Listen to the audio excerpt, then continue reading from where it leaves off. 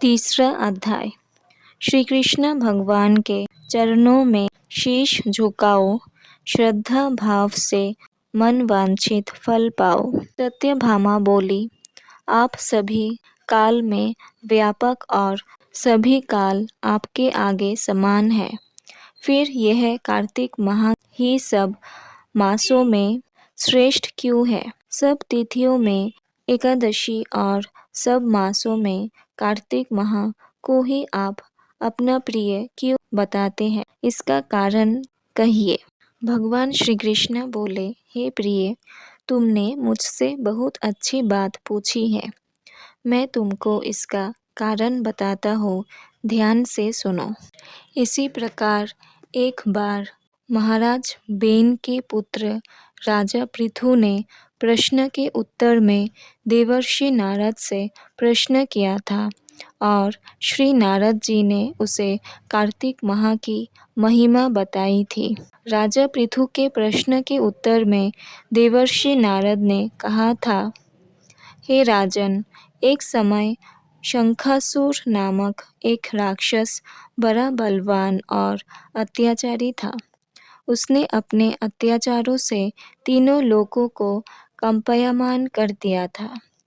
उस शंखासुर ने स्वर्ग में रहने वाले देवताओं को जीतकर इंद्र आदि देवों व लोकपालों के अधिकारों को छीन लिया।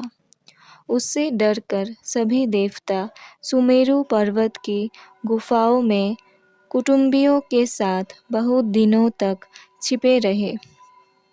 वे बाद में सुमेरु पर्वत की गुफाओं में निश्चिंत होकर रहने लगे।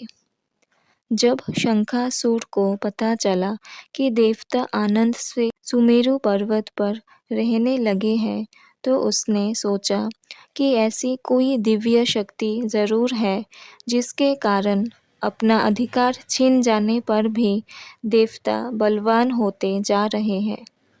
यह सोचते सोचते वह इस परिणाम पर पहुंचा कि वह सब वेद मंत्रों के बल से ही बलवान हो रहे हैं। अगर देवताओं से वेद छीन लिए जाए तो ये अपने आप निर्बल हो जाएंगे। देवर्षि नारद बोले, ऐसा सोचकर शंखासुर भगवान विष्णु को सोते हुए देखकर सत्यलोक में वेद चुराने के लिए पहुंचा। शंखासुर आता देखकर भगवान विष्णु ने उसकी नियत जानकर उसके डर के कारण बीज मंत्रों के साथ समुद्र के जल में छिप गए। शंखासुर वेद मंत्रों तथा बीज मंत्रों को ढूंढता हुआ समुद्र में प्रविष्ट हो गया, लेकिन ना तो उसको वेद मंत्र मिले और ना बीज मंत्र ही। जब शंखासुर समुद्र से निराश होकर वापस लौटा तो उस समय श्री ब्रह्मा जी पूजा की सामग्री लेकर सब देवताओं के साथ भगवान विष्णु की शरण में पहुँचे और भगवान को गहरी नींद से जगाने के लिए गाने बजाने लगे और धूप गंध आदि से बार बार उनका पूजन करने लगे। धूप दीप नैवेद्य आदि अर्पण करने पर भगवान विष्णु की निद्रा खुली और वह देवताओं सहित श्री ब्रह्मा जी को अपनी पूजा करते देखकर बहुत प्रसन्न हुए और उनसे कहने लगे, मैं आप लोगों के इस कीर्तन और मंगलाचरण से अति प्रसन्न हूँ। आप अपना अभीष्ट वर मांगिए, मैं अवश्य प्रदान करूँगा। जो मनुष्य आश्विन शुक्ल की एकादशी से देव प्रबोधिनी एकादशी तक ब्रह्म मुहूर्त में उठकर मेरी अर्चना करेंगे, वह आपकी तरह मेरे प्रसन्न होने के कारण सुख को प्राप्त करेंगे।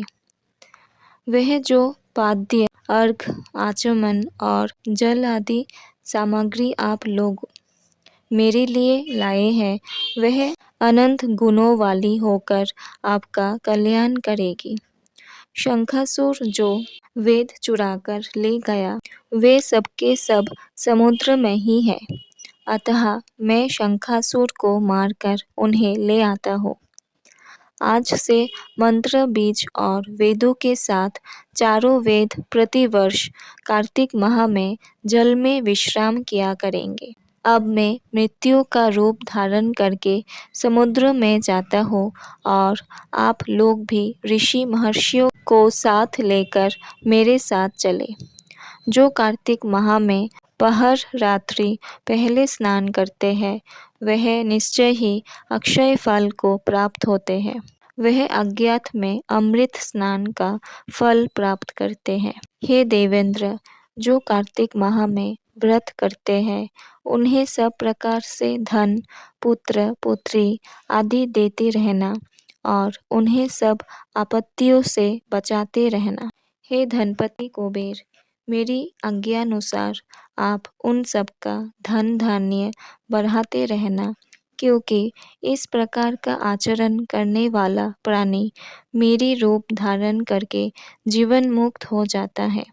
जन्म से लेकर मरण पर्यंत जिसने विधि पूर्वक यह उत्तम व्रत कर लिया वह आप लोगों का भी पूजनीय है।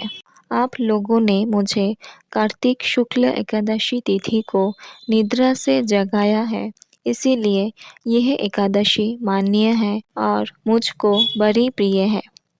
हे देवताओं, यह दोनों व्रत नियम पूर्वक करने से प्राणी मेरे समीप पहुँचते हैं। इन व्रतों के करने से जो फल मिलता है वह अन्य व्रतों से नहीं मिलता। इसीलिए हर मनुष्य को सुखी और निरोग रहने के लिए कार्तिक महत्व और एकादशी कथा सुनते हुए उपर्युक्त नियमों का पालन करना चाहिए।